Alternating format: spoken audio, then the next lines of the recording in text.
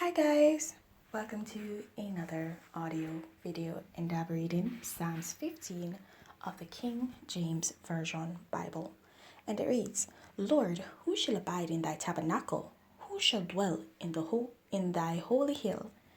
He that walketh uprightly and worketh righteousness and speaketh the truth in his heart. He that backbiteth not with his tongue, nor doeth evil to his neighbour, nor taketh up a reproach against his neighbour, in whose eyes a vile person is contemned. But he honoureth them that fear the Lord. He that sweareth to his own hurt, and changeth not. He that putteth not out his money to usury, nor taketh reward against the innocent. He that doeth these things shall never be moved. Alright, so here in this chapter, we see where David is asking of the Lord, Lord, who shall actually abide in your tabernacle? Who exactly should reside in your presence? Okay, who shall reside in your presence? And here it is where the answer comes. He that walketh uprightly. Walking uprightly, what does that entail? That entails following the will of God. Actually aligning your life with the words of God. Speaking truth, being truthful and pure in thoughts and also in your heart. Because what is in your heart basically translates to your mind at times, as well as what's in your mind sometimes is transferred to the feelings that you have in your heart as well towards people. And so that's why we need to guard ourselves. Okay? People that do not actually seem to hurt people backbite. As they say here, backbite. Okay?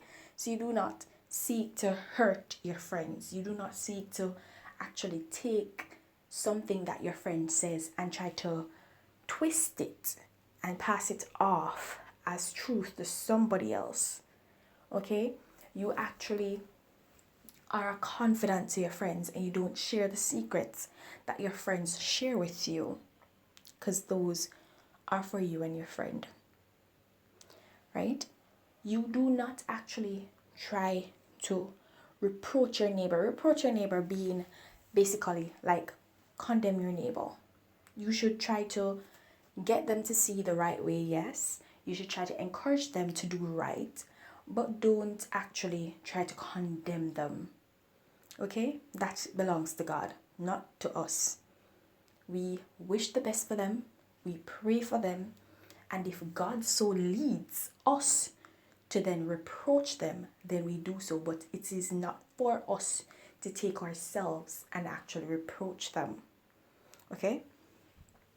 So, people who are actually pure in their actions also, because you can be pure in heart, or you may think you're pure in heart, you may think you're pure in your mind, but your actions prove otherwise.